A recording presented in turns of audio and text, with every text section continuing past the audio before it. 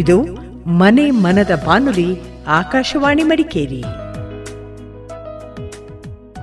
ಶ್ರೋತೃಗಳೇ, ಇಂದಿನ ಆರೋಗ್ಯ ಸಂಚಿಕೆಯಲ್ಲಿ ಕೇಳಿ ಸಂವಹನ ದೋಷಗಳು ಹಾಗೂ ಚಿಕಿತ್ಸಾ ವಿಧಾನ. ಈ ಕುರಿತು ಮಡಿಕೇರಿಯ ಕೊಡಗು ವೈದ್ಯಕೀಯ ವಿಜ್ಞಾನಗಳ ಸಂಸ್ಥೆಯ ಬೋಧಕ ಆಸ್ಪತ್ರೆಯಲ್ಲಿ ವಾಕ್ ಮತ್ತು ಭಾಷಾ ತಜ್ಞರಾಗಿರುವ ಅನುರೂಪ ಕೆಎಸ್ ಅವರೊಂದಿಗೆ ಸಂದರ್ಶನ. ಕೇಳುಗರೆ, ಆರೋಗ್ಯ ಕಾರ್ಯಕ್ರಮಕ್ಕೆ ತಮಗೆಲ್ಲ ಸ್ವಾಗತ. ನಾವು ಮಾತನಾಡುವಾಗ ನಮ್ಮ ಮಾತು ಸುಂದರವಾಗಿರಬೇಕು. ಸುಂದರ ಅಷ್ಟೇ ಅಲ್ಲ, ಸಂವಹನಗೊಳ್ಳಬೇಕು. ಸಂವಹನ ಅಂದರೆ ನಾವು ಮಾತನಾಡುವುದು ಕೇಳುಗರಿಗೆ ಸ್ಪಷ್ಟವಾಗಬೇಕು. ಕೆಲವೊಮ್ಮೆ ಕೆಲವೊಬ್ಬರಿಗೆ ಈ ಸಂವಹನ ದೋಷಗಳಿರ್ತವೆ. ಈ ಕುರಿತೇ ಇಂದು ನಮ್ಮ ಜೊತೆ ಮಡಿಕೇರಿಯ ಕೊಡಗು ವೈದ್ಯಕೀಯ ವಿಜ್ಞಾನಗಳ ಸಂಸ್ಥೆಯಲ್ಲಿನ ಬೋಧಕ ಆಸ್ಪತ್ರೆಯಲ್ಲಿ ವಾಕ್ ಮತ್ತು ಭಾಷಾ ತಜ್ಞೆಯಾಗಿರುವ ಅನುರೂಪ ಕೆಎಸ್ ಇದ್ದಾರೆ. ಅವರೊಂದಿಗೆ ಮಾತನಾಡ್ತಾ ಈ ಸಂವಹನ ದೋಷಗಳ ಬಗ್ಗೆ ತಿಳಿದುಕೊಳ್ಳೋಣ. ನಮಸ್ಕಾರ ಅನುರೂಪ ಅವರಿಗೆ. ನಮಸ್ಕಾರ. ಕಾರ್ಯಕ್ರಮಕ್ಕೆ ಸ್ವಾಗತ ತಮಗೆ. ಧನ್ಯವಾದ. ಈ ಮೊದಲಿಗೆ ಮುಖ್ಯವಾಗಿ ನಾವು ಮಾತಾಡ್ತಾ ಇರೋ ವಿಷಯದ ಬಗ್ಗೆನೇ ಮಾತಾಡ್ಬಿಡೋಣ. ಸಂವಹನ ದೋಷಗಳು ಅಂದರೆ ಏನು ಅಂತ. ಈಗ ನಾವು ನಮ್ಮ ಭಾವನೆಗಳನ್ನ ವ್ಯಕ್ತಪಡಿಸುವಾಗ ಅಥವಾ ಡೈಲಿ ನೀಡ್ಸ್ನ ನಾವು ವ್ಯಕ್ತಪಡಿಸುವಾಗ ನಾವು ಸಂವಹನ ಮಾಡಬೇಕಾಗತ್ತೆ, ಕಮ್ಯುನಿಕೇಟ್ ಮಾಡಬೇಕಾಗತ್ತೆ. ನಾವು ಕಮ್ಯುನಿಕೇಷನ್ನ ಬೇರೆ ಬೇರೆ ರೀತಿಯಲ್ಲಿ ಮಾಡ್ಬೋದು. ಈಗ ಮಾತಿನ ಮುಖಾಂತರ ಮಾಡ್ಬೋದು, ನಮ್ಮ ಬಾಡಿ ಲ್ಯಾಂಗ್ವೇಜಿಂದ ಮಾಡ್ಬೋದು, ಹಾಗೂ ಸನ್ನೆಗಳ ಮೂಲಕ ಮಾಡ್ಬೋದು. ಹೌದು, ಸನ್ನೆಗಳ ಮೂಲಕ ಮಾಡ್ಬೋದು. ನಮ್ಮ ಫೇಶಿಯಲ್ ಎಕ್ಸ್ಪ್ರೆಷನ್ನಿಂದನೂ ನಾವು ನಮ್ಮ ಭಾವನೆಗಳನ್ನ ವ್ಯಕ್ತಪಡಿಸ್ಬೋದು. ಇದರಲ್ಲಿ ಏನಾದರೂ ಅಡೆತಡೆಗಳು ಉಂಟಾದರೆ ಅದನ್ನು ನಾವು ಸಂವಹನ ದೋಷ ಅಂತ ಕರಿತೀವಿ. ಈ ಸಂವಹನ ದೋಷದಲ್ಲಿ 2 ಥರ ಇರುತ್ತೆ. ಒಂದು ಮಾತಿನ ದೋಷಗಳು, ಇನ್ನೊಂದು ಭಾಷಾ ದೋಷ. ಈ ಮಾತಿನ ದೋಷದಲ್ಲಿ 3 ಥರ ಇರುತ್ತೆ. ಮೊದಲನೇದು ಉಚ್ಚಾರಣಾ ದೋಷ. ಇದರಲ್ಲಿ ಏನಾಗುತ್ತೆ ಅಂದರೆ ಅಕ್ಷರಗಳು ಉಚ್ಚಾರಣೆ ಮಾಡೋದ್ರಲ್ಲಿ ಕಷ್ಟ ಇರುತ್ತೆ, ತಪ್ಪಾಗಿ ಉಚ್ಚಾರಣೆ ಮಾಡೋ ಸಾಧ್ಯತೆ ಇರುತ್ತೆ. ಈಗ ಮಕ್ಕಳು ಕಾರು ಹೇಳುವಾಗ ತಾರು ಹೇಳ್ಬೋದು. ಈಗ ರ ಅಕ್ಷರಕ್ಕೆ ಲ ಅಕ್ಷರ ಹೇಳೋದು, ಶ ಅಕ್ಷರಕ್ಕೆ ಸ ಅಕ್ಷರ ಹೇಳೋದು, ಈ ಥರ ಅದ್ಲು ಬದಲು ಮಾಡೋದು, ಇಲ್ಲ ಕೆಲವು ಅಕ್ಷರ ಬಿಟ್ಟು ಹೋಗೋದು, ಈ ಥರ ಉಚ್ಚಾರಣಾ ದೋಷಗಳಿರುತ್ತೆ. ಎರಡನೇದಾಗಿ ತೊದಲೋದು, ಅದನ್ನು ಬಿಕ್ಳಿಸೋದು ಅಥವಾ ಉಗ್ಗೋದು ಅಂತಲೂ ಕರಿತೀವಿ. ನಾವು ನಮ್ಮ ಟರ್ಮ್ಸಲ್ಲಿ ಸ್ಟಟ್ರಿಂಗ್ ಅಂತ ಕರಿತೀವಿ. ಸೊ ಇದರಲ್ಲಿ ಏನಿರುತ್ತೆ, ಮಾತಾಡುವಾಗ ರಿಪಿಟೇಷನ್ಸ್ ಇರುತ್ತೆ ಅಥವಾ ಹಿಡಿದು ಮಾತಾಡೋ ಥರ ಇರುತ್ತೆ. ಈಗ ನಾನು ಏನಾದ್ರು ಹೇಳುವಾಗ ನನಗೆ ಪೆನ್ನು ಬೇಕು, ಈ ಥರ ರಿಪಿಟೇಷನ್ಸ್ ಇರುತ್ತೆ. ಇದನ್ನು ನಾವು ತೊದಲೋದು ಅಂತ ಹೇಳ್ತೀವಿ. ಮೂರನೇದು ಧ್ವನಿಗೆ ಸಂಬಂಧಪಟ್ಟಂತೆ ಇರೋ ತೊಂದರೆಗಳು. ಈಗ ಧ್ವನಿ ಕೆಲವು ಸಲ ಕರ್ಕಶವಾಗಿ ಕೇಳ್ಬೋದು, ತುಂಬ ಗಾಳಿ ಹೋದಂತೆ ಆಗ್ಬೋದು, ಇಲ್ಲ ಕೆಲವು ಸತಿ ಏನಾಗುತ್ತೆ ನಮ್ಮ ವಯಸ್ಸಿಗೆ ಹಾಗೆ ಜೆಂಡರ್ಗೆ ಮ್ಯಾಚ್ ಆಗೋ ಥರ ಧ್ವನಿ ಇಲ್ಲದೆ ಇರ್ಬೋದು. ನಾವು ಕೆಲವು ಸತಿ ನೋಡಿರ್ತೀವಿ, ಕೆಲವು ಗಂಡಸರಲ್ಲಿ ಹೆಂಗಸರ ಥರ ಧ್ವನಿ ಇರುತ್ತೆ, ಇನ್ನು ಸ್ವಲ್ಪ ಹೈ ಪಿಚ್ ಇರುತ್ತೆ. ಸೊ ಈ ಉಚ್ಚಾರಣಾ ತೊಂದರೆ, ತೊದಲೋದು ಹಾಗೂ ಧ್ವನಿ ತೊಂದರೆನ ನಾವು ಮಾತಿನ ದೋಷಗಳು ಅಂತ ಕರಿತೀವಿ. ಎರಡನೇದು ಭಾಷಾ ದೋಷಗಳು. ಈಗ ಸಾಮಾನ್ಯವಾಗಿ 4 ವರ್ಷದ ಮಗು ಒಂದು ಕತೆನ ಚೆನ್ನಾಗಿ ಸರಾಗವಾಗಿ ಹೇಳೋಕ್ಕೆ ಬರಬೇಕು, ಉಚ್ಚಾರಣೆ ಚೆನ್ನಾಗಿರಬೇಕು. ಅದೇ ಈಗ 4ನೇ ವಯಸ್ಸು ಮಗು ಬರೀ ಈಗ 2-3 ಪದದಲ್ಲಿ ಮಾತಾಡ್ತಾ ಇದೆ ಅಂತ ಹೇಳಿದ್ರೆ, ಅಥವಾ ಈಗ ಭಾಷೆನ ಸರಿಗೆ ಉಪಯೋಗಿಸ್ಕೋತಿಲ್ಲ, ವ್ಯಾಕರಣ ಸರಿಗೆ ಬಳಸ್ತಾ ಇಲ್ಲ, ವಿಭಕ್ತಿಗಳನ್ನ ಉಪಯೋಗಿಸ್ತಾ ಇಲ್ಲ, ಈಗ ಭೂತಕಾಲ ಭವಿಷ್ಯಕಾಲ ಈ ವ್ಯತ್ಯಾಸ ಗೊತ್ತಾಗ್ತಾ ಇಲ್ಲ ಅಂತ ಹೇಳಿದಾಗ ನಾವು ಆ ಮಗುಗೆ ಭಾಷಾ ದೋಷ ಇದೆ ಅಂತ ಹೇಳ್ತೀವಿ. ಸೊ ಭಾಷೆನ ಅರ್ಥ ಮಾಡ್ಕೊಳ್ಳೋದು ಹಾಗೆ ಬಳಸೋದ್ರಲ್ಲಿ ಅವ್ರಿಗೆ ತೊಂದರೆ ಆಗ್ತಾ ಇರುತ್ತೆ. ಈ ಸಮಸ್ಯೆನ ನಾವು ವಯಸ್ಕರಲ್ಲೂ ಸಹ ನೋಡ್ತೀವಿ. ಈಗ ಸ್ಟ್ರೋಕ್ ಆದಮೇಲೆ ಇಲ್ಲ ರೋಡ್ ಟ್ರಾಫಿಕ್ ಆಕ್ಸಿಡೆಂಟ್ ಆಗಿ ಮೆದುಳಿಗೆ ಪೆಟ್ಟಾದಾಗ ಸಹಿತ ಈ ಭಾಷೆ ತೊಂದರೆನ ನಾವು ನೋಡ್ಬೋದು. ಸೊ ಸಂವಹನ ದೋಷಗಳಲ್ಲಿ ಮಾತು ಹಾಗೆ ಭಾಷಾ ದೋಷಗಳು ಇರುತ್ತೆ. ಅಲ್ಲ, ಇದರಲ್ಲಿ ವಿಧಗಳು ಕೂಡ ಇದಾವೆ. ಈಗ ಕೆಲವರು ಈ ಸಂವಹನ ದೋಷಗಳಲ್ಲೂ ಕೂಡ ಈ ಬರವಣಿಗೆಯೂ ಕೂಡ ಒಂದು ಸಂವಹನನೇ ಅಲ್ವಾ? ಹೌದು. ಈ ಬರವಣಿಗೆಯಲ್ಲೂ ಕೂಡ ಅಕ್ಷರಗಳನ್ನ ಅದ್ಲು ಬದಲು ಮಾಡುವಂಥ ಸಾಧ್ಯತೆಗಳು ಜಾಸ್ತಿ ಇರ್ತವೆ. ಅದನ್ನು ನಾವು ಕಲಿಕಾ ನ್ಯೂನ್ಯತೆ ಅಥವಾ ಲರ್ನಿಂಗ್ ಡಿಸೆಬಿಲಿಟಿ ಅಂತ ಕರಿತೀವಿ. ಇದು ಸಾಧ್ಯತೆಗಳು ಇರ್ತಾವಲ್ಲ, ಈ ಸಂವಹನ ಇದರಲ್ಲೇ ಬರುತ್ತಲ್ವಾ? ಹೌದು, ಈ ಸಾಧ್ಯತೆಗಳು ಇರುತ್ತೆ. ಇವ್ರಿಗೆ ಪ್ರಾಸೆಸಿಂಗ್ ಮಾಡೋದ್ರಲ್ಲಿ ಸ್ವಲ್ಪ ತೊಂದರೆ ಇರುತ್ತೆ, ಮತ್ತೆ ಇವ್ರಿಗೆ ಸ್ಪೆಲ್ಲಿಂಗ್ ಮಿಸ್ಟೇಕ್ಸ್ ಆಗ್ತಾ ಇರುತ್ತೆ, ಮತ್ತೆ ಕ್ಲಾಸಲ್ಲಿ ಹೇಳಿದ್ದು ಅರ್ಥ ಆಗ್ತಾ ಇರಲ್ಲ, ಇನ್ಸ್ಟ್ರಕ್ಷನ್ಸ್ ಏನಿರುತ್ತೆ ಅದನ್ನು ಫಾಲೋ ಮಾಡೋಕ್ಕಾಗ್ತಾ ಇರಲ್ಲ. ಕೆಲವ್ರಿಗೆ ಬರೀ ಓದೋದ್ರಲ್ಲಿ ಪ್ರಾಬ್ಲಮ್ ಆಗ್ತಾ ಇರುತ್ತೆ, ಕೆಲವ್ರಿಗೆ ಬರೆಯೋದ್ರಲ್ಲಿ ಸಹ ಪ್ರಾಬ್ಲಮ್ ಇರುತ್ತೆ, ಕೆಲವ್ರಿಗೆ ಲೆಕ್ಕ ಮಾಡೋದ್ರಲ್ಲಿ ತೊಂದರೆ ಇರುತ್ತೆ, ಡ್ರಾಯಿಂಗ್ಸ್ ಶೇಪ್ಸಲ್ಲಿ ಕನ್ಫ್ಯೂಷನ್ಸ್ ಇರುತ್ತೆ. ಈ ಥರ ಬೇರೆ ಬೇರೆ ತೊಂದರೆಗಳು. ಈಗ ಬರವಣಿಗೆಲೂ ಕೂಡ ಪದಗಳನ್ನು ಬರೆದ್ರು ಕೂಡ ಕೊನೆಯ ಪದ ಬರಬೇಕಾಗಿರೋದನ್ನ ಮೊದಲಿಗೆ ಬರೆದ್ಬಿಟ್ಟು ಶುರು ಮಾಡ್ತಾರೆ ಕೆಲವು ಮಕ್ಕಳು ಕೂಡ. ಹಾಗೆ ಆಗೋ ಸಾಧ್ಯತೆ ಇರ್ತವೆ. ಮನುಷ್ಯನಿಗೆ ಬಹಳ ಮುಖ್ಯವಾಗಿ ಇರುವಂಥದ್ದು ಸಂವಹನ ಕ್ರಿಯೆನೇ. ಯಾಕೆಂತೇಳಿದ್ರೆ ಪ್ರಾಣಿಗಳಿಗಿಂತ ಭಿನ್ನವಾಗಿ ನಾವು ಮನುಷ್ಯರನ್ನು ಗುರುತಿಸುವಂಥದ್ದು ಮಾತು ಮತ್ತು ಸಂವಹನ ಹೌದು. ರೀತಿಯಲ್ಲಿ. ಸಂವಹನ ಬರೀ ಮಾತಷ್ಟೇ ಅಲ್ಲ, ಅದನ್ನು ಬಳಸುವಂಥ ರೀತಿ, ಮಾತನ್ನು ಬಳಸುವಂಥ ರೀತಿ ಮತ್ತು ಅದನ್ನು ಪ್ರೆಸೆಂಟ್ ಮಾಡೋ ರೀತಿಗೆ ಸಂವಹನ ಕ್ರಿಯೆ ಅಂತ ಹೇಳ್ತೀವಿ ನಾವು. ಹೌದು. ಹಾಗಾಗಿ ಈ ದೋಷಗಳಿದ್ದಾಗ, ಇಷ್ಟೆಲ್ಲ ನೀವು ಹೇಳಿದ್ರಲ್ಲ ಹೀಗೆಲ್ಲ ದೋಷಗಳಿರ್ತವೆ ಸಂವಹನದಲ್ಲಿ ಅಂತ, ಇದಕ್ಕೆ ಬಹಳ ಮುಖ್ಯವಾದಂಥ ಕಾರಣ ಏನಿರ್ಬೋದು? ಈಗ ನಾವು ಬೇರೆ ಬೇರೆ ರೀತಿಯಾದ ಸಂವಹನ ದೋಷಗಳನ್ನ ಚರ್ಚೆ ಮಾಡಿದ್ವಿ. ಇದಕ್ಕೆ ಒಂದೇ ಕಾರಣ ಅಂತ ಇರಲ್ಲ. ಈಗ ಬೇರೆ ಬೇರೆ ಥರ ಕಾರಣಗಳಿರುತ್ತೆ. ಈಗ ಉಚ್ಚಾರಣಾ ದೋಷದಲ್ಲಿ ಏನಾಗುತ್ತೆ, ನಾವು ಸೀಳು ತುಟಿ ಅಥವಾ ಸೀಳು ಅಂಗಳ ಇರೋದನ್ನ ನಾವು ನೋಡಿರ್ತೀವಿ. ಇಂಥ ಮಕ್ಕಳಲ್ಲಿ ಈಗ ಸೀಳು ತುಟಿ ಇರುವಾಗ ಪ, ಬ ಈ ಥರ ಶಬ್ದಗಳೆಲ್ಲ ನಾವು ತುಟಿ ಸಹಾಯದಿಂದ ಹೇಳೋಕ್ಕೆ ಸಾಧ್ಯ ಆಗುತ್ತೆ. ಸೊ ಈ ಥರ ಶಬ್ದಗಳದ್ದು ಉಚ್ಚಾರಣೆ ಅಂತ ಕರೀತಾರೆ ಅದನ್ನು ಕನ್ನಡದಲ್ಲಿ. ಹೌದು. ಇದನ್ನ ನಾವು ಈಗ ತುಟಿ ಸಹಾಯದಿಂದ ಹೇಳೋ ಶಬ್ದಗಳು ಉಚ್ಚಾರಣೆ ಸರಿಗೆ ಬರ್ತಾರಲ್ಲ. ಈಗ ಸೀಳು ಅಂಗಳ ಇದ್ರೂ ಅಷ್ಟೇ, ಈಗ ಟ, ಡ ಈ ಥರ ಶಬ್ದಗಳು ಉಚ್ಚಾರಣೆ ಸರಿ ಬರ್ತಾ ಇರೋಲ್ಲ. ಎಷ್ಟೋ ಸಲ ನಾವು ಟಂಗ್ ಟೈ ಅಂತ ಕರಿತೀವಿ. ನಾಲ್ಗೆ ಈಗ ಬಾಯಿಯ ಕೆಳಭಾಗದಲ್ಲಿ ಅಂಟ್ಬಿಟ್ಟಿರುತ್ತೆ. ಸೊ ಮೇಲೆ ಅಂಗಳನ ಮುಟ್ಸ್ಲಿಕ್ಕೆ ಆಗ್ತಾ ಇರಲ್ಲ. ಅಂಥ ಮಕ್ಕಳಲ್ಲಿ ಸಹ ಉಚ್ಚಾರಣಾ ತೊಂದರೆ ಇರುತ್ತೆ.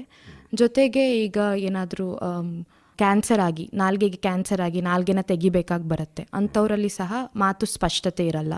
ಮತ್ತು ಎಷ್ಟೊಂದು ಸಲ ಈಗ ಕಿವಿ ಕೇಳಿಸ್ದೇ ಇರೋ ಮಕ್ಕಳಲ್ಲಿ ಸಹ ಉಚ್ಚಾರಣಾ ದೋಷ ಇರುತ್ತೆ. ಅದೇ ರೀತಿ ಈಗ ಧ್ವನಿ ಸಂಬಂಧಪಟ್ಟಂತೆ ತೊಂದರೆ ಆಗಿದೆ ಅಂದರೆ, ಈಗ ಇನ್ಫೆಕ್ಷನ್ ಆಗಿರ್ಬೋದು. ಇನ್ಫೆಕ್ಷನ್ ಆದಾಗ ನಮ್ಮದು ಧ್ವನಿದು ಕ್ವಾಲಿಟಿ ಹಾಳಾಗುತ್ತೆ, ಕರ್ಕಶವಾಗಿ ಕೇಳೋ ಸಾಧ್ಯತೆ ಇರುತ್ತೆ.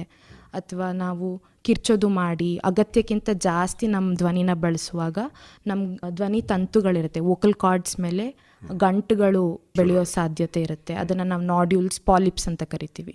ಸೊ ಇದರಿಂದನೂ ನಮ್ಮದು ಧ್ವನಿ ಬದಲಾಗತ್ತೆ. ಇದ್ರ ಜೊತೆಗೆ ನಮ್ಮದು ಧ್ವನಿ ಪೆಟ್ಟಿಗೆಯಲ್ಲಿ 2 ಧ್ವನಿ ತಂತುಗಳಿರುತ್ತೆ, ಅದಕ್ಕೆ ನರ್ವ್ ಸಪ್ಲೈ ಸಹ ಆಗ್ತಾ ಇರುತ್ತೆ. ಈ ಕೆಲವು ಸರ್ಜರಿಯಿಂದ ಅಥವಾ ಆಕ್ಸಿಡೆಂಟ್ ಆದಾಗ ಈ ನರಕ್ಕೇನಾದ್ರು ಡ್ಯಾಮೇಜ್ ಆದರೆ ಅದು ವೋಕಲ್ ಕಾರ್ಡ್ ಪ್ಯಾರಾಲಿಸಿಸ್ ಅಂತ ಹೇಳ್ತೀವಿ. ಸೊ ಪ್ಯಾರಾಲಿಸಿಸ್ ಆಗೋ ಸಾಧ್ಯತೆ ಇರುತ್ತೆ. ಆವಾಗ್ಲೂ ಸಹ ವಾಯ್ಸ್ ಕ್ವಾಲಿಟಿ ಎಫೆಕ್ಟ್ ಆಗುತ್ತೆ. ಮತ್ತು ಇನ್ಫೆಕ್ಷನ್ ಏನಾದರೂ ಆಗಿದ್ರೆ ಸಹ ನಮ್ಮ ವಾಯ್ಸ್ ಕ್ವಾಲಿಟಿ ಎಫೆಕ್ಟ್ ಆಗಿರುತ್ತೆ. ಕೆಲವು ಸತಿ ಜೆನೆಟಿಕ್ಸ್ ಕಾರಣಗಳಿಂದನೂ ಸಂವಹನ ದೋಷಗಳನ್ನ ನಾವು ನೋಡ್ಬೋದು. ಬುದ್ಧಿಮಾಂದ್ಯತೆ ಮಕ್ಕಳಲ್ಲಿ ಸಹ ಅವ್ರಿಗೆ ಮಾತಾಡೋದನ್ನ ಅರ್ಥ ಮಾಡ್ಕೊಳ್ಳೋದು ಮತ್ತು ಭಾಷೆ ಉಪಯೋಗಿಸೋದ್ರಲ್ಲಿ ತೊಂದರೆ ಇರುತ್ತೆ. ಕೆಲವು ಸಲ ಈಗ ಮೆದುಳು ಬೆಳವಣಿಗೆ ಸರಿಯಾಗಿ ಆಗ್ತಾ ಇಲ್ಲ, ಅಥವಾ ಈಗ ಹೆರಿಗೆ ಸಮಯದಲ್ಲಿ ಮೆದುಳಿಗೆ ಏನಾದ್ರು ಪೆಟ್ಟು ಬಿದ್ದಾಗ ಮಕ್ಕಳಲ್ಲಿ CP ಅಂತ ಹೇಳ್ತೀವಿ, ಸೆರೆಬ್ರಲ್ ಪಾಲ್ಸಿ, ಅವ್ರಿಗೆ ಕೈಕಾಲು ಶಕ್ತಿ ಎಲ್ಲ ಕಮ್ಮಿ ಆಗಿರುತ್ತೆ. ಓವರಾಲ್ ಬೆಳವಣಿಗೆ ಅವ್ರದ್ದು ನಿಧಾನ ಆಗಿರುತ್ತೆ. ಮಾತು, ಭಾಷೆ, ಬುದ್ಧಿಶಕ್ತಿ, ಕೈಕಾಲು ಶಕ್ತಿ ಬೆಳವಣಿಗೆ ಇದೆಲ್ಲನೂ ನಿಧಾನ ಆಗಿರುತ್ತೆ. ಅಂಥವರಲ್ಲಿ ಸಹ ನಾವು ಮಾತಿನ ದೋಷ ನೋಡ್ತೀವಿ, ಭಾಷಾ ದೋಷ ನೋಡ್ತೀವಿ. ಆಟಿಸಮ್ ಅಂತ ಕರಿತೀವಿ. ಆಟಿಸಮ್ ಮಕ್ಕಳಲ್ಲಿಯೂ ಸಹ ಅವ್ರ ವಯಸ್ಸಿನ ಮಕ್ಕಳ ಜೊತೆ ಬೆರೀತಾ ಇರಲ್ಲ, ಐ ಕಾಂಟ್ಯಾಕ್ಟ್ ಮಾಡ್ತಾ ಇರಲ್ಲ, ಸೋಷಲೈಸೇಷನ್ ಸ್ಕಿಲ್ಸ್ ತುಂಬ ಕಮ್ಮಿ ಇರುತ್ತೆ. ಮತ್ತು ADHD ಅಂತ ಹೇಳ್ತೀವಿ, ಅಂದರೆ attention deficit hyperactive disorder ಅಂತ. ಈ ಮಕ್ಕಳಲ್ಲಿ ಗಮನಶಕ್ತಿ ತುಂಬ ಕಮ್ಮಿ ಇರುತ್ತೆ ಮತ್ತು ತುಂಬ ಹೈಪರ್ ಆ್ಯಕ್ಟಿವ್ ಇರ್ತಾರೆ. ಒಂದು ಕಡೆ ಕೂತಿರಲ್ಲ, ಮತ್ತು ಹೇಳಿದ್ದು ಅವರು ಗಮನ ಕೊಟ್ಟು ಕೇಳಿಸ್ಕೋತಾ ಇರಲ್ಲ. ಇಂಥವರಲ್ಲಿ ಸಹ ಭಾಷಾ ದೋಷಗಳಿರುತ್ತೆ. ಮತ್ತು ನಾವಾಗಲೇ ಡಿಸ್ಕಸ್ ಮಾಡಿರೋ ಥರ ಸ್ಟ್ರೋಕ್ ಆದಮೇಲೆ ಅಥವಾ ಆಕ್ಸಿಡೆಂಟ್ ಆಗಿ ಮೆದುಳಿಗೆ ಪೆಟ್ಟಾದರೆ ಕೆಲವು ಭಾಗಗಳು ಭಾಷೆಗೆ ಅಂತ ಇರುತ್ತೆ. ಆ ಭಾಗಗಳಿಗೇನಾದರೂ ಪೆಟ್ಟಾದರೆ ಇಲ್ಲ ಮಾತು ಅರ್ಥ ಮಾಡ್ಕೊಳ್ಳೋದ್ರಲ್ಲಿ ಅವ್ರಿಗೆ ಕಷ್ಟ ಆಗ್ಬೋದು, ಇಲ್ಲ ಮಾತಾಡುವಾಗ ಅವ್ರಿಗೆ ತೊಂದರೆ ಆಗ್ಬೋದು. ಇತ್ತೀಚಿನ ದಿನಗಳಲ್ಲಿ ಏನಾಗ್ತಿದೆ ಅಂದರೆ, ಮನೆಯಲ್ಲಿ ಈಗ ಮಕ್ಕಳು ಮಾತು ಕಲಿಯೋದು ಹೇಗೆ, ದೊಡ್ಡವ್ರನ್ನ ಮನೆಯಲ್ಲಿರೋರನ್ನ ನೋಡಿ ಗಮನಿಸಿ ಆಮೇಲೆ ಕಲಿತಾರೆ ಮಕ್ಕಳು. ಈಗ ಇಬ್ಬರು ಪೇರೆಂಟ್ಸು ವರ್ಕಿಂಗ್ ಇರುವಾಗ ಮಗುಗೆ ಸಾಕಷ್ಟು ಸಮಯ ಕೊಡ್ತಾ ಇಲ್ಲ ಅವರು ಅಂತ ಹೇಳಿದ್ರೆ, ಮಗುಗೆ ಮಾತಿನ ಮೇಲೆ ಅಷ್ಟು ಎಕ್ಸ್ಪೋಜರ್ ಬಿದ್ದಿಲ್ಲ ಅಂದರೆ ಸಹ ಮಾತು ನಿಧಾನ ಆಗೋ ಸಾಧ್ಯತೆ ಇರುತ್ತೆ. ಮತ್ತು ಇತ್ತೀಚೆಗೆ 6 ತಿಂಗಳಿಂದನೇ ಮಗುಗೆ ಫೋನ್ ಕೊಟ್ಬಿಡ್ತಾರೆ. ಈಗ ಮಗು ಹತ್ರನೂ ಫೋನು, ಆಮೇಲೆ ಊಟ ಮಾಡಿಲ್ಲ ಅಂದ್ರೂ ಫೋನು. ಆಗ ಹೊರ ಪ್ರಪಂಚ ಜೊತೆ ಇಂಟ್ರ್ಯಾಕ್ಟ್ ಮಾಡ್ತಾರಲ್ಲ ಮಗು. ಸೊ ಅಂಥ ಮಕ್ಕಳಲ್ಲಿಯೂ ಸಹ ಇವಾಗ ನಾವು ದೋಷಗಳು ಕಾಣೋದಕ್ಕೆ ಸಾಧ್ಯತೆ ಇದೆ, ಮಾತು ನಿಧಾನ ಆಗ್ತಾರನ್ನ ನಾವು ನೋಡ್ತಾ ಇದ್ದೀವಿ. ಯಾಕೆಂದರೆ ಈಗ ಮಕ್ಕಳಲ್ಲಿ ನಾವು ಅದನ್ನೇ ಬೆಳೆಸುವಂಥದ್ದು. ಮಕ್ಕಳಿಗೆ ಪ್ರಾರಂಭದಲ್ಲೇ ನಾವು ಮಾತನ್ನು ಕಲಿಸ್ತಾ ಹೋಗ್ತೇವೆ, ಮಾತಾಡ್ತಾ ಹೋಗ್ತೇವೆ, ಅದ್ರ ಜೊತೆಗೆ ಇಂಟ್ರ್ಯಾಕ್ಟ್ ಮಾಡ್ತಾ ಇರ್ತೀವಿ, ಅದ್ರ ಜೊತೆ ಮಾತಾಡ್ತಾ ಇರ್ತೀವಿ. ಮತ್ತು ನಮಗೆ ಬೇಕಾದನ್ನು ತರಿಸ್ಕೊಳ್ಳೋದಕ್ಕೆ ಪ್ರಯತ್ನ ಪಡ್ತೀವಿ. ನಮಗೇನು ಬೇಕು ಹಾಗೆ ಅಮ್ಮ ಅಂತ ಹೇಳು, ಅಥವಾ ಅಪ್ಪ ಅಂತ ಹೇಳು, ಅಣ್ಣ ಅಂತ ಹೇಳಿ, ಹೀಗೆ ಸಂಬಂಧಗಳನ್ನ ಬೆಸೀತಾ ಹೋಗ್ತೀವಿ, ಸಂಬಂಧಗಳಿಗೆ ಮಾತಿನ ರೂಪ ಕೊಡ್ತಾ ಹೋಗ್ತೇವೆ. ಹಾಗಾಗಿ ಮಾತು ಮಗು ಕಲಿತಾ ಹೋಗುತ್ತೆ. ಇದನ್ನೇ ನಿಲ್ಲಿಸ್ಬಿಟ್ರೆ ನಾವು, ಮಗು ಹತ್ತ ತಕ್ಷಣ ನೀವು ಹೇಳ್ದಂಗೆ ಫೋನ್ ಕೊಟ್ಟುಬಿಟ್ರೆ ಮಾತು ಕಡಿಮೆ ಮಾಡುತ್ತೆ. ಮಗುಗೆ ಕಿವಿ ಮೇಲೆ ಮಾತಿನ ಶಬ್ದಗಳು ಬೀಳದೆ ಹೋದಾಗ ಬಹುಶಃ ಅದರ ಅರ್ಥನೂ ಕೂಡ ಅದಕ್ಕೆ ಆಗದೆ ಇರ್ಬೋದು, ಸಾಧ್ಯತೆಗಳಿರ್ತವೆ. ನಾವು ಬಹಳಷ್ಟು ಮುಖ್ಯವಾಗಿ ಏನು ಅಂತ ಹೇಳಿದ್ರೆ, ಈ ಥರದ ತೊಂದರೆಗಳನ್ನ ಇರೋದನ್ನು ಸಹಜವಾಗಿ ಗುರುತಿಸ್ಬಿಡ್ತೀವಿ. ನಾವು ಮಾತಾಡ್ತಾ ಇದ್ದಾಗಲೇ ಗೊತ್ತಾಗ್ಬಿಡುತ್ತೆ ಸಣ್ಣ ಪುಟ್ಟ ಏನೋ ಭಾಷಾ ಸಂವಹನದಲ್ಲಿ ಏನೋ ತೊಂದರೆ ಇದೆ ಅಂತ. ಇದನ್ನು ವೈದ್ಯಕೀಯವಾಗಿ ವೈಜ್ಞಾನಿಕವಾಗಿ ಈ ಥರದ ಸಮಸ್ಯೆಗಳನ್ನ ಗುರುತಿಸೋದು ಹೇಗೆ? ಈಗ ನಾವು ಮನೆಯಲ್ಲಿಯೂ ಸಹ ಈಗ ಕಣ್ಣು ಕಾಣಿಸ್ತಾ ಇಲ್ಲ ಮಗುಗೆ ಅಥವಾ ಕೈಕಾಲು ಶಕ್ತಿ ಕಮ್ಮಿ ಇದೆ ಅಂದರೆ ಅದು ಎದ್ದು ಕಾಣಿಸುತ್ತೆ, ಸುಲಭವಾಗಿ ಗುರ್ತಿಡಿದು ಬಿಡ್ತೀವಿ. ಆದರೆ ಮಾತಾಡೋದನ್ನ ಅಥವಾ ಕಿವಿ ಕೇಳಿಸ್ತಿಲ್ಲ ಅಂದರೆ ಮಗು ಲೇಟಾಗಿ ಇನ್ನೊಂದು ಸ್ವಲ್ಪ ನಿಧಾನಕ್ಕೆ ಮಾತಾಡುತ್ತೆ, ಕಲಿಯುತ್ತೆ ಅಂತ ಇಗ್ನೋರ್ ಮಾಡೋದು ಜಾಸ್ತಿ ಮಾಡಿಬಿಡ್ತೀವಿ.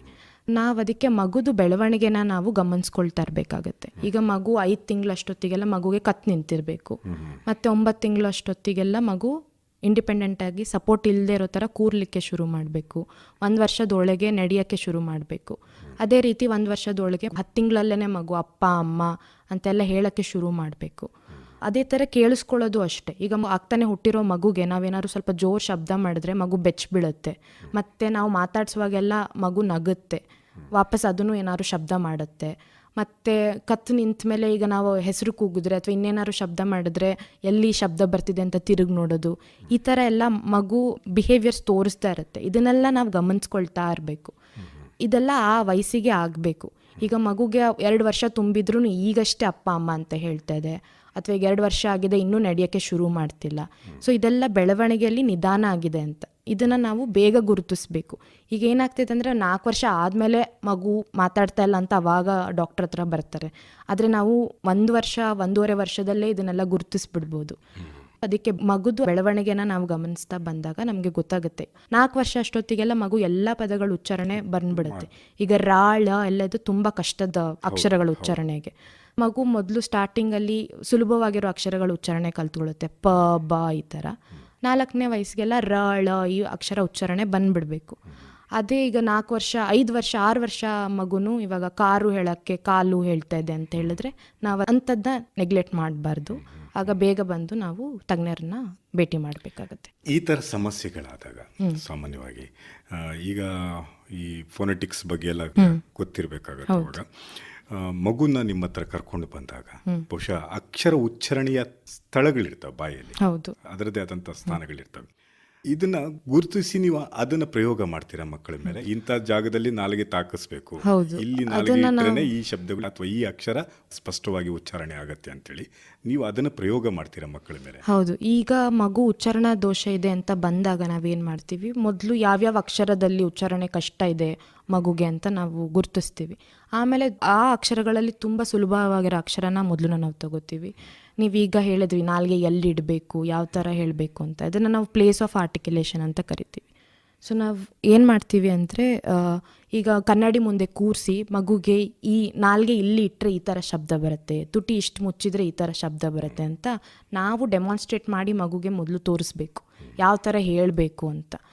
ಈಗ ಮಗುಗೆ ಟ ಹೇಳೋಕ್ಕೆ ಬರ್ತಾ ಇಲ್ಲ, ಈಗ ನಾಲ್ಗೆ ಎಲ್ಲಿಡಬೇಕು ಅಂತ ಮಗುಗೆ ಗೊತ್ತಾಗ್ತಾ ಇಲ್ಲ. ನಾವೇನು ಮಾಡ್ತೀವಿ, ಈಗ ಒಂದು ಐಸ್ ಕ್ರೀಮ್ ಕಡ್ಡಿ ತೊಗೋತೀವಿ, ಅದಕ್ಕೆ ಸ್ವಲ್ಪ ಜೇನು ಹಚ್ಚಿ ಎಲ್ಲಿ ಪಾಯಿಂಟ್ ಮಾಡಬೇಕು ಅಂಗಳ ಮೇಲೆ ಒಂದು ಸ್ವಲ್ಪ ಹಚ್ತೀವಿ. ಸೊ ಅಲ್ಲಿ ನೀನು ನಾಲ್ಗೆ ಮುಟ್ಟಿಸ್ಬೇಕು, ಅಲ್ಲಿ ಮುಟ್ಟಿಸಿದಾಗ ಶಬ್ದ ಬರುತ್ತೆ ಅಂತ. ಸೊ ಮಗುಗೆ ಆ ಥರ ಬೇರೆ ಬೇರೆ ಫೀಡ್ಬ್ಯಾಕ್ಸ್ ಕೊಡ್ತಾ ಇರಬೇಕು. ಈಗ ನೋಡೋದು, ಕೇಳಿಸ್ಕೊಳ್ಳೋದ್ರಿಂದ ಮತ್ತು ಈ ಥರ ಟೇಸ್ಟಿಂದ ಈ ಥರ ಬೇರೆ ಬೇರೆ ಫೀಡ್ಬ್ಯಾಕ್ ಕೊಟ್ಟು ಮಗುಗೆ ಅರ್ಥ ಮಾಡಿಸ್ಬೇಕು.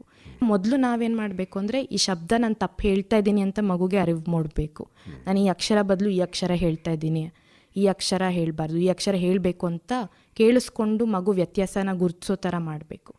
ಆಮೇಲೆ ನಾವು ಎಲ್ಲಿ ಯಾವ ಥರ ಶಬ್ದ ಹೇಳೋದು ಅಂತ ಹೇಳ್ಕೊಡ್ತೀವಿ. ಆಮೇಲೆ ಆ ಶಬ್ದಗಳನ್ನ ಪದಗಳಲ್ಲಿ ಹೇಳೋದು, ವಾಕ್ಯದಲ್ಲಿ ಬಳಸೋದು, ಮತ್ತು ಕಾನ್ವರ್ಸೇಷನಲ್ಲಿ ಉಪಯೋಗಿಸೋದು, ಈ ಥರ ಬೇರೆ ಬೇರೆ ಸ್ಟೆಪ್ಸ್ನ ಫಾಲೋ ಮಾಡಬೇಕು. ಈಗ ಮಕ್ಕಳಿಗೆ ನೀವು ಹೇಳಿದ್ರಿ, ಮಕ್ಕಳಿಗೆ ಅದನ್ನೆಲ್ಲ ಹೇಳ್ಕೊಡೋದು ಅಥವಾ ಹೇಳೋದು ಸುಲಭ ಆಗುತ್ತೆ. ಮಕ್ಕಳನ್ನ ಆ ಥರ ತಯಾರಿ ಮಾಡ್ಕೊಳ್ಬೋದು. ಭಾಷಾ ಉಚ್ಚಾರಣೆ ಬಗ್ಗೆ ಆಗಲಿ ಅಥವಾ ನಡವಳಿಕೆ ಬಗ್ಗೆ ಆಗಲಿ ಮಾತಾಡೋದ್ರ ಬಗ್ಗೆ ಆಗಲಿ ನಾವು ಅದನ್ನು ತಯಾರು ಮಾಡ್ಬೋದು. ಇದು ಏನು ಇಲ್ದೇನೆ ಈಗಾಗಲೇ ಬೆಳೆದಂಥ ಮಕ್ಕಳು ಇರ್ತಾರಲ್ಲ, ದೊಡ್ಡವರು ಇರ್ತಾರೆ, ದೊಡ್ಡವ್ರಿಗೆ ಈ ಥರದೊಂದು ಉಚ್ಚಾರಣೆ ದೋಷ ಇದ್ದಾಗ ಸಾಮಾನ್ಯವಾಗಿ ಹೇಗೆ ಮಾಡ್ಬೋದು? ಯಾರನ್ನ ಸಂಪರ್ಕಿಸಬೇಕು? ಯಾರ ಹತ್ರ ಮಾಹಿತಿಗಳು ತಗೊಳ್ಬೇಕು? ಏನು ಮಾಡ್ಬೋದು? ಈಗ ಯಾವುದೇ ರೀತಿಯಾದ ಮಾತು ಮತ್ತು ಭಾಷೆ ತೊಂದರೆ ಇದ್ದರೆ ನೀವು ವಾಕ್ ಮತ್ತು ಭಾಷಾ ತಜ್ಞರನ್ನ ಭೇಟಿ ಮಾಡಬೇಕಾಗತ್ತೆ. ಕೆಲವು ಸತಿ ಏನಾಗಿರುತ್ತೆ, ಈಗ ಕಿವಿ ಕೇಳಿಸ್ದೇ ಇರೋದ್ರಿಂದ ಸಹಿತ ಉಚ್ಚಾರಣೆ ತೊಂದರೆ ಇರುತ್ತೆ. ನಾವು ಅದಕ್ಕೆ ಬೇರೆ ಬೇರೆ ಪ್ರೊಫೆಷ್ನಲ್ಸ್ನ ಭೇಟಿ ಮಾಡಬೇಕಾಗತ್ತೆ. ಈಗ ಕಿವಿ ತೊಂದರೆ ಇದ್ದರೆ ನಾವು ENT ಅಥವಾ ಆಡಿಯೋಲಜಿಸ್ಟ್ನ ಕಾಣಬೇಕಾಗತ್ತೆ. ತುಂಬ ತೊಂದರೆ ಇರಲ್ಲ, ಕೆಲವು ಸಲ ಮೈಲ್ಡ್ ಪ್ರಾಬ್ಲಮ್ಸ್ ಇರುತ್ತೆ ಕಿವಿಯಲ್ಲಿ, ಅಂಥವ್ರಿಗೂ ಸಹ ಉಚ್ಚಾರಣೆ ತೊಂದರೆ ಇರುತ್ತೆ. ಕಿವಿ ತೊಂದರೆ ಅವಾಗ ಅಷ್ಟು ಎದ್ದು ಕಾಣಿಸಲ್ಲ, ಯಾಕೆಂದರೆ ತುಂಬ ಕಮ್ಮಿ ಪ್ರಮಾಣದಲ್ಲಿರುತ್ತೆ ಅಂತ ಎದ್ದು ಕಾಣಿಸಿರಲ್ಲ. ನಾವು ಅದಕ್ಕೆ ಫಸ್ಟು ಆಡಿಯೋಲಜಿಸ್ಟ್ನ ಭೇಟಿ ಮಾಡಬೇಕು ಅಥವಾ ENTನ ಕನ್ಸಲ್ಟ್ ಮಾಡಬೇಕಾಗತ್ತೆ. ಮತ್ತು ವಯಸ್ಕರಲ್ಲಿ ಏನಾಗುತ್ತೆ ಅಂದರೆ ಇಷ್ಟು ವರ್ಷ ಅವರು ರೂಢಿ ಮಾಡ್ಕೊಂಡು ಬಂದಿರ್ತಾರೆ. ಈಗ ಹೊಸ ಶಬ್ದ ಕಲಿಸೋದವ್ರಿಗೆ ಸುಲಭ, ಬಟ್ ಅವ್ರು ಅದನ್ನು ಪ್ರಾಕ್ಟೀಸ್ ಮಾಡಬೇಕು, ತುಂಬ ಸಮಯಗಳ ಕಾಲ ಪ್ರಾಕ್ಟೀಸ್ ಮಾಡಬೇಕು. ಈಗ ನಾನು ಒಂದೇ ಥರ ಮಾತಾಡೋದನ್ನ ನಾನು ಇಷ್ಟೊಂದು ಈಗ 25 ವರ್ಷ ಅಷ್ಟು ಕಲ್ತ್ಕೊಂಡ್ಬಿಟ್ಟಿದ್ದೀನಿ. ಈಗ ನನಗೆ ಈ ಥರ ಹೇಳ್ಕೊಟ್ರೆ ನಾನು ತಿದ್ದುಪಡಿಸ್ಕೋತೀನಿ, ಆದರೆ ಅದು ಅಭ್ಯಾಸ ಆಗೋಗಿರುತ್ತೆ. ಸೊ ಅದನ್ನು ಅವರು ಕಂಟಿನ್ಯೂ ಮಾಡಬೇಕು. ಸೊ ನಾವೇನೇನು ಟೆಕ್ನಿಕ್ ಹೇಳ್ಕೊಟ್ಟಿರ್ತೀವಿ ಅದನ್ನು ಅವರು ಕಾನ್ಷಿಯಸ್ ಆಗಿ ಅಭ್ಯಾಸ ಮಾಡಬೇಕು. ಅದೇ ಬಹಳ ಪ್ರಯತ್ನ ಪೂರ್ವಕವಾಗಿ ಅದನ್ನು ಅಳವಡಿಸ್ಕೊಳ್ಬೇಕಾಗುತ್ತೆ. ಈ ಮಕ್ಕಳಲ್ಲಿ ಈ ಥರದ ತೊಂದರೆಗಳು ಇರಲ್ಲ, ಬಹುಶಃ ಕಲಿಕೆಯ ಹಂತದಲ್ಲಿ ಇರೋದ್ರಿಂದ ಮಕ್ಕಳಿಗೆ ಅಬ್ಸರ್ವೇಷನ್ ಜಾಸ್ತಿ ಇರುತ್ತೆ, ಮಕ್ಕಳು ಬೇಗ ಗ್ರಾಸ್ಪ್ ಮಾಡ್ತಾರೆ. ಅದನ್ನು ನಾವು ಕ್ರಿಟಿಕಲ್ ಪೀರಿಯಡ್ ಅಂತ ಹೇಳ್ತೀವಿ. ಈಗ 3 ವರ್ಷದಿಂದ 6 ವರ್ಷ ತನಕ ಅಥವಾ ಕೆಲವು ಸ್ಟಡೀಸಲ್ಲಿ 18 ವರ್ಷ ತನಕ ಅಂತ ಹೇಳ್ತಾರೆ. ಸೊ ಈ ಪೀರಿಯಡಲ್ಲಿ ಏನಾಗುತ್ತೆ ಅಂದರೆ ಮಕ್ಕಳದು ಗ್ರಾಸ್ಪಿಂಗ್ ಪವರ್ ತುಂಬ ಚೆನ್ನಾಗಿರುತ್ತೆ. ನಾವು ಏನೇ ಹೊಸ ಇನ್ಫಾರ್ಮೇಷನ್ ಹೇಳ್ಕೊಟ್ರು ಮಕ್ಕಳು ಬೇಗ ಕಲ್ತ್ಕೋತಾರೆ. ಈಗ ನಾವು ನೋಡ್ಬೋದು ಸ್ಕೂಲಲ್ಲಿ 2-3 ಲ್ಯಾಂಗ್ವೇಜ್ ಒಟ್ಟೊಟ್ಟಿಗೆ ಮಗುಗೆ ಹೇಳ್ಕೊಡ್ತಾ ಇರ್ತಾರೆ. ಮಗು ಆದರೆ ಎಲ್ಲ ಲ್ಯಾಂಗ್ವೇಜ್ ಕಲ್ತ್ಕೊಂಡ್ಬಿಡುತ್ತೆ. ಈಗ ಟಿವಿಯಲ್ಲಿ ನೋಡಿ ಅದರ ಕಾರ್ಟೂನ್ ನೋಡಿ ಅಲ್ಲಿಂದ ಇಂಗ್ಲೀಷ್ ಕಲಿಬೋದು. ಆದರೆ ನಮಗೆ ಇವಾಗ ಹೊಸ ಭಾಷೆ ಕಲಿಬೇಕು ಅಂದರೆ ನಮಗೆ ಕಷ್ಟ ಆಗುತ್ತೆ ದೊಡ್ಡವರಾಗಿ. ಸೊ ನಾವು ಈ ಕ್ರಿಟಿಕಲ್ ಪೀರಿಯಡಲ್ಲಿ ನಾವು ಟ್ರೀಟ್ಮೆಂಟ್ ಸ್ಟಾರ್ಟ್ ಮಾಡಿದ್ರೆ ಮಗು ಬೇಗ ಇಂಪ್ರೂವ್ಮೆಂಟ್ ತೋರಿಸುತ್ತೆ, ಮಗು ಬೇಗ ಅರ್ಥ ಮಾಡ್ಕೊಳ್ಳುತ್ತೆ ಮತ್ತು ಇಂಪ್ರೂವ್ಮೆಂಟು ಚೆನ್ನಾಗಿ ತೋರಿಸುತ್ತೆ. ಅದಾದಮೇಲಿಂದ ಏನು ಇಂಪ್ರೂವ್ಮೆಂಟ್ ಇರಲ್ಲ ಅಂತ ಇಲ್ಲ, ಬಟ್ ಇಷ್ಟು ಎಫೆಕ್ಟಿವ್ ಆಗಿ ನಾವು ಟ್ರೀಟ್ಮೆಂಟಲ್ಲಿ ಇಂಪ್ರೂವ್ಮೆಂಟ್ ನೋಡೋದು ಕಷ್ಟ ಆಗುತ್ತೆ, ಸ್ವಲ್ಪ ನಿಧಾನ ಆಗ್ಬೋದು. ಬಟ್ ಈ ಪೀರಿಯಡ್ನ ಮಿಸ್ ಮಾಡದೆ ಬೇಗ ಅವರು ಕರ್ಕೊಂಡು ಬಂದರೆ ನಾವು ಬೇಗ ತರಬೇತಿ ಎಲ್ಲ ಶುರು ಮಾಡ್ಬೋದು.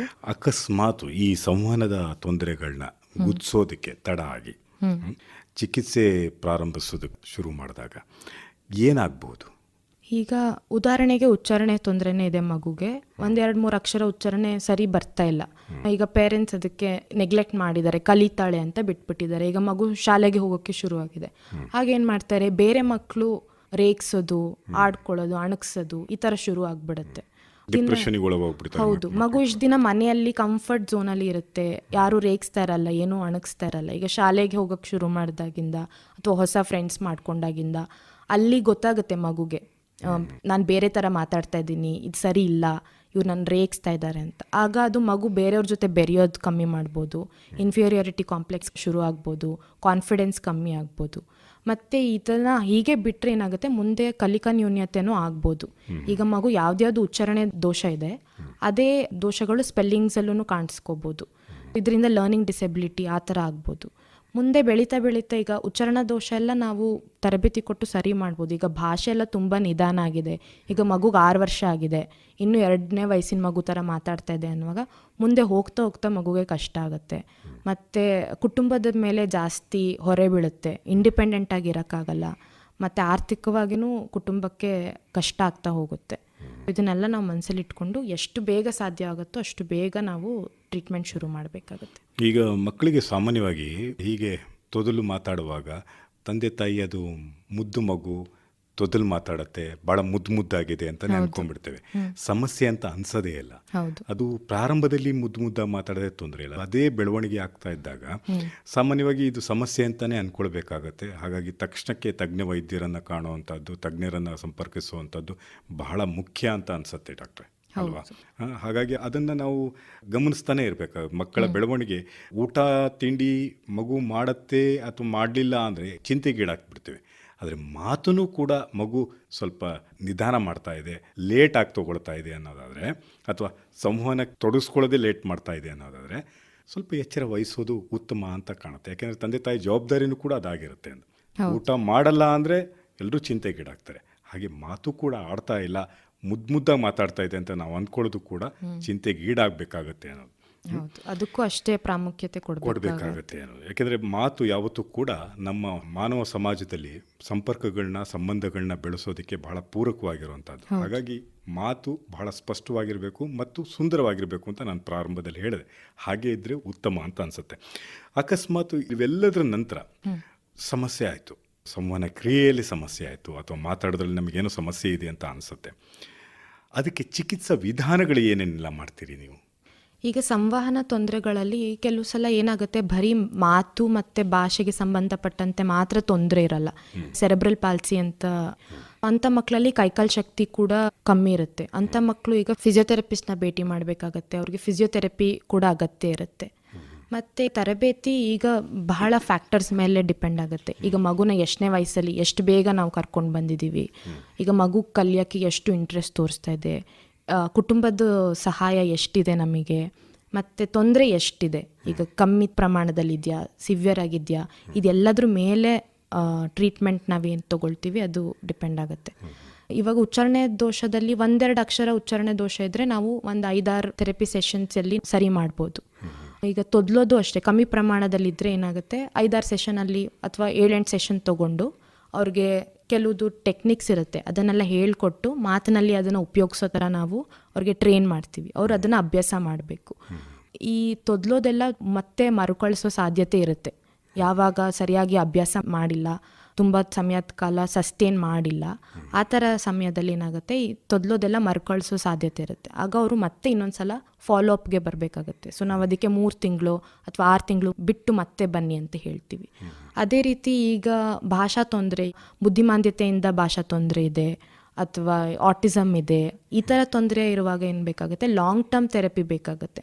ಸುಮಾರು ವರ್ಷಗಳ ಕಾಲ ಅವರು ತರಬೇತಿ ತೊಗೊಳ್ಬೇಕಾಗತ್ತೆ. ಮಾತಿನ ತರಬೇತಿ ಜೊತೆಗೆ ಅವರು ಫಿಸಿಯೋಥೆರಪಿ ತೊಗೋಬೇಕಾಗತ್ತೆ, ಮತ್ತು ಸೈಕಾಲಜಿಸ್ಟ್ ಹತ್ರ ಬಿಹೇವಿಯರಲ್ ಥೆರಪಿ ತೊಗೋಬೇಕಾಗತ್ತೆ. ಸೊ ಇದೆಲ್ಲ ಒಂದು ಟೀಮ್ ವರ್ಕ್, ಬೇರೆ ಬೇರೆ ಪ್ರೊಫೆಷ್ನಲ್ಸ್ನ ಬಳಸ್ಕೊಂಡು ತರಬೇತಿ ಅವರು ತೊಗೊಳ್ಬೇಕಾಗತ್ತೆ. ಈಗ ಕಿವಿ ತೊಂದರೆ ಇದ್ದರೆ ಅವರು ಫಸ್ಟ್ ಆಡಿಯೋಲಜಿಸ್ಟ್ನ ಭೇಟಿ ಮಾಡಬೇಕು.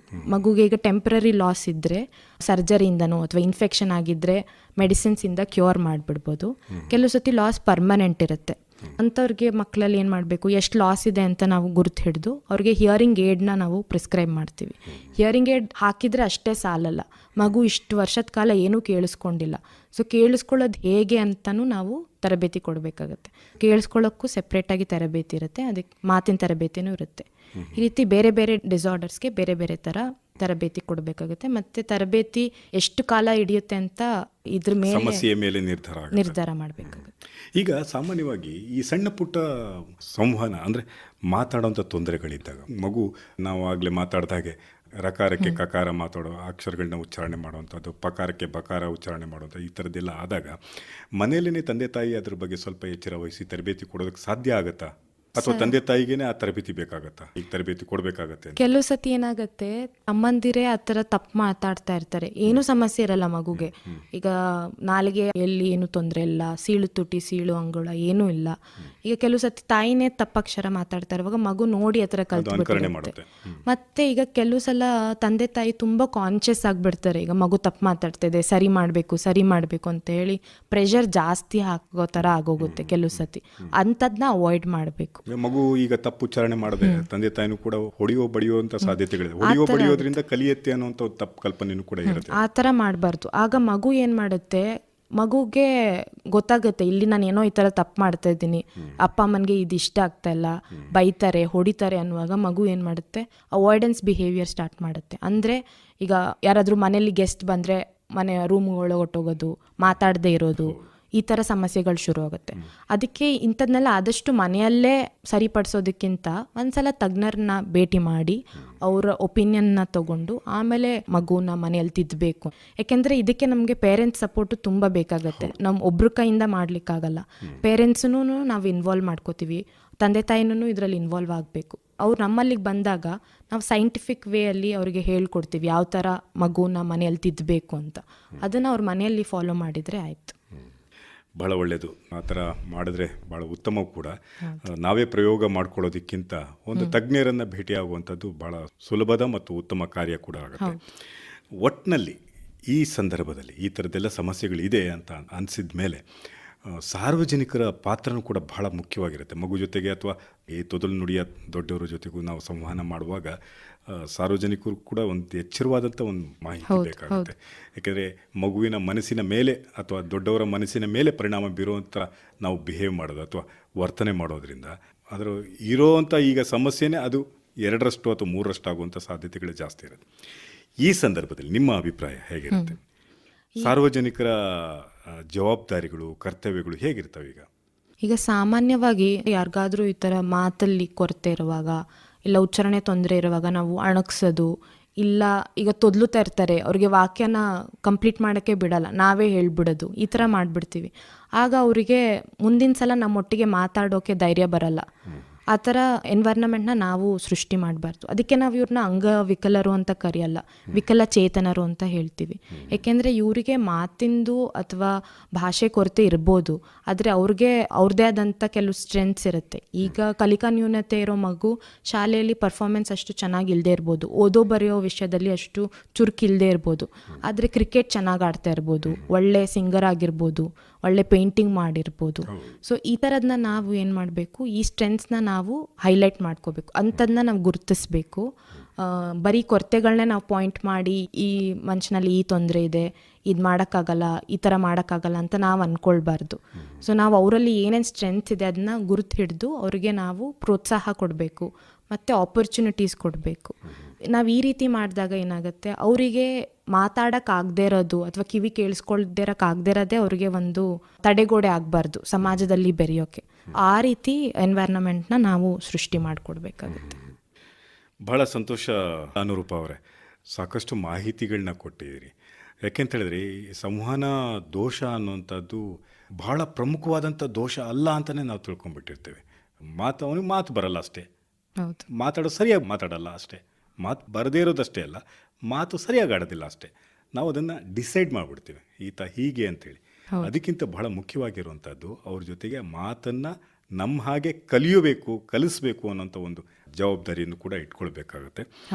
ಹಾಗಾಗಿ ಇದ್ರ ಬಗ್ಗೆನೂ ಕೂಡ ನಾವು ಮಾಹಿತಿಗಳನ್ನ ಜನಗಳಿಗೆ ತಲುಪಿಸ್ಬೇಕಾಗತ್ತೆ. ನಮ್ಮ ಜವಾಬ್ದಾರಿಗಳು ಕೂಡ ಇರ್ತವೆ ಅನ್ನೋದು ಬಹಳ ಮುಖ್ಯವಾಗಿ ನಾವು ಅರ್ಥ ಮಾಡ್ಕೊಳ್ಬೇಕಾಗತ್ತೆ. ಇಷ್ಟೊತ್ತು ಈ ಸಂವಹನ ದೋಷದ ಬಗ್ಗೆ ನೀವು ಮಾತಾಡಿ ಒಳ್ಳೆಯ ಸಂವಹನ ನಮ್ಮ ಜೊತೆಗೆ ಆಗಿದೆ ಅಂತ ಅಂದ್ಕೊಳ್ಳೋಣ. ಕಾರ್ಯಕ್ರಮದಲ್ಲಿ ಭಾಗವಹಿಸಿದ್ದಕ್ಕಾಗಿ ಧನ್ಯವಾದಗಳು. ನಮಸ್ಕಾರ. ಧನ್ಯವಾದಗಳು. ನಮಸ್ಕಾರ.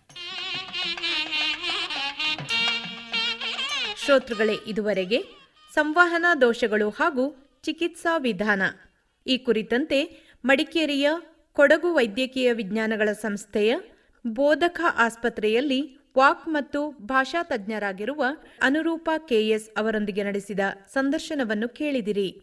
ಇವರನ್ನು ಸಂದರ್ಶಿಸಿದವರು ಜಿ ಶಾಂತಕುಮಾರ್. ಈ ಆರೋಗ್ಯ ಸಂಚಿಕೆ ಆಕಾಶವಾಣಿ ಮಡಿಕೇರಿ ಕೇಂದ್ರದ ಕೊಡುಗೆ.